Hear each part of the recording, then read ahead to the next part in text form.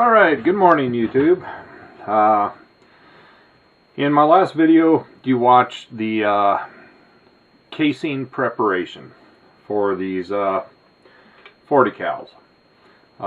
In the preparation video I demonstrated removing the primer, resizing, flaring, and cleaning.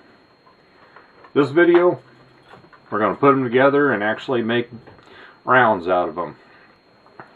With the 40 cal, they take a number 500 small pistol primer, and for that process I use a hand primer.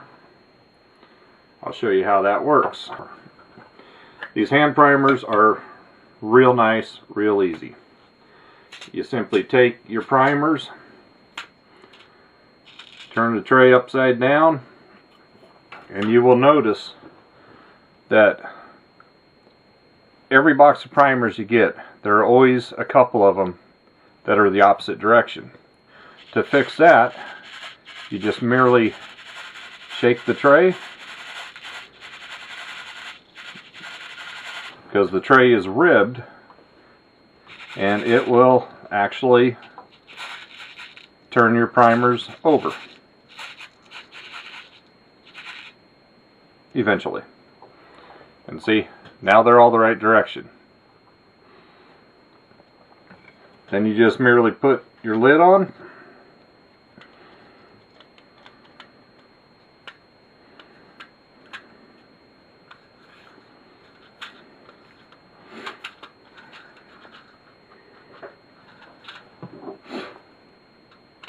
slip it into the hand primer, which these come with small pistol and large rifle, both plungers and feeders. And then it's just a matter of slipping in your casing. Oh, yep, hold it. Forgot, you have to turn it on. Then it's just a matter of slipping in your casing. Don't put your hand over the top like I just did. And there you have it. Check it, make sure it's seated. It should be down just a fraction. And there you go. And you just continue this process. It automatically feeds.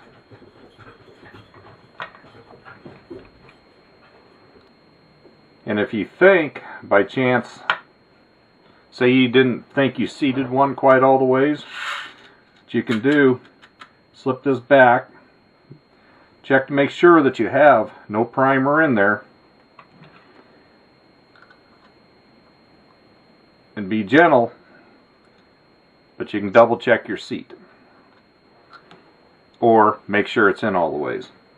Alright, well I'm going to go ahead and get these things primered up, and then I'll be back with you after I get all the primers seated in them. Okay, that took all of, what did it take? About 25 minutes. And if you're old like me, at this point in time, or getting old, wouldn't say I'm old yet, but getting to where I got to put these things on. Now's a good time. The other good thing about putting them in here upside down is now's a good time that you can get at an angle, look them over, and make sure that you have them, granted you're watching as you seat the primer, but when it comes to reloading, I always say check, recheck, and double check.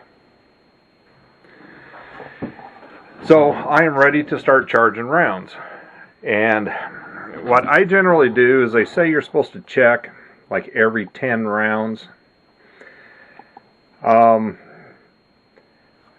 I'll start doing when I start charging these things is I'll go this direction. I just tend to check mine every 8 rounds, but a minimum every 10 rounds you should check to make sure that this hasn't changed, because as your powder goes down, it's going to change the amount that gets in there. Something else I've learned with these types of powder chargers, that something else that changes is depending on how, let me adjust this a little bit, get you back up here on the tripod so you're not so shaky. Depending on how you throw the handle for your charge, you want to be kind of rhythmic at that. You know, if you kind of go up slow and down slow, you want to do that all the time. Me, I kind of pop it up, pop it down, and I come up with pretty accurate. So anyway, charge is pretty easy. You run it up,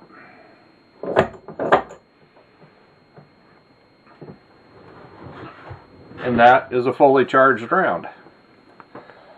Now, I have my scale preset, I'll go ahead and move you real quick, at 7.9 grains. Now to check it, just merely empty it out, watch over here, she goes to 0. Or, actually I'm sorry, I have it set at 7.9. Not 7.8. 8.7 is the max. I have it set at 7.9, which is the minimum. Okay, I'm going to go ahead and charge a few of these, and then we'll continue on to the next phase. Okay, folks, almost done. 4 more to go. And then we'll be able to pull this powder charger out of here and get switched over. And I say it's about time we put some bullets in these things and make them complete rounds.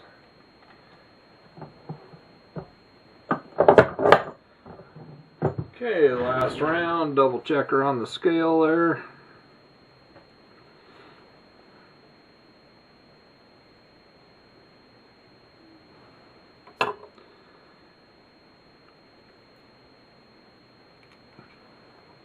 Cool, they're all charged. And like I said, I had them upside down when I primed them. Now that they're charged, I got them right side up. And I'm a real stickler for check, recheck, double check.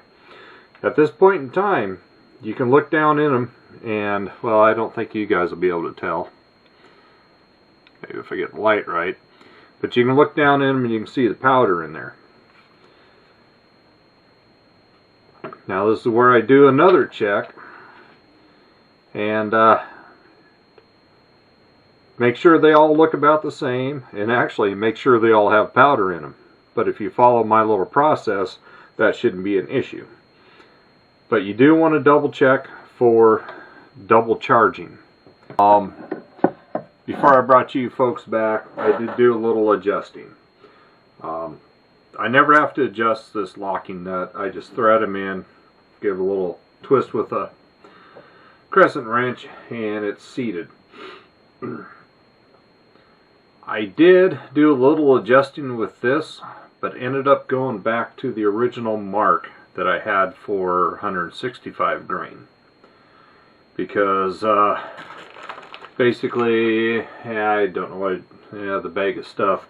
Basically, the tip of the bullet is the same on 155 grain as it is 180 grain. But I just wanted to play with it on a couple of rounds just to check and see. Okay, case overall length, which is, like this one I already did here, is a completed round from top to bottom. Is, in the book, the maximum is 1.120. Okay, I got mine set right now to do 1.16. you're asking why I'm going a little shorter. Well, the 1.120 is supposedly factory specs, what it's supposed to be. Well, what I did is I went through some of these leftover rounds that I had that are factory loads. And there's a factory load running 1.117. Here's another factory load going 1.119. Wait, yep, calipers are still zeroed. Here's another factory load. Whoa, that can't be right. Yeah, 1.119. The rounds I went through here and basically spec'd them. Most of them seem to be about 1.117. Between 117 and 119. Okay, well, mine are popping out 117. So let's go ahead and give another one here a try and we'll see what happens. If I have to adjust a little bit more, I will. I do tend to guide the bullet up just to make it easier to seat and so it don't fall off. Yeah, see, right now I'm at 117. I mean, that is so close. I mean, we're what, 3 1/1000ths off of being maximum, and I believe that's close enough for me. So anyway, what I'm going to do is go ahead and reload some of these, and I won't check them all. Well, yeah, I'll probably check the first half dozen or so now that I got it adjusted. And if I'm happy with, say, the first half dozen, making sure that they're not over spec. I mean, that one there is running 0.118. As long as I make sure that, you know, I'm within my tolerances, then I probably won't check them, but every, I don't know, 25 rounds or so, or if even that. I might just periodically check them.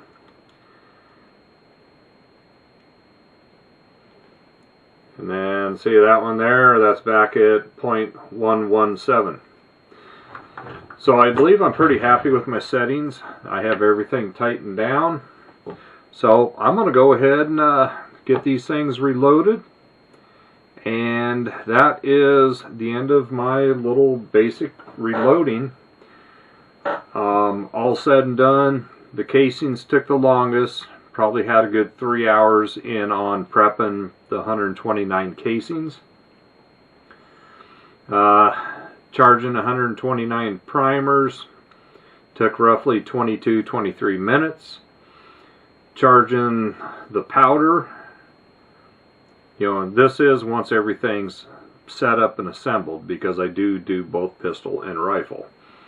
Charging the powder once it was set took roughly 15 minutes, and as soon as I'm not discussing anything and I can concentrate on it, I believe loading these 129 casings will probably take me all of maybe 30 minutes at the most.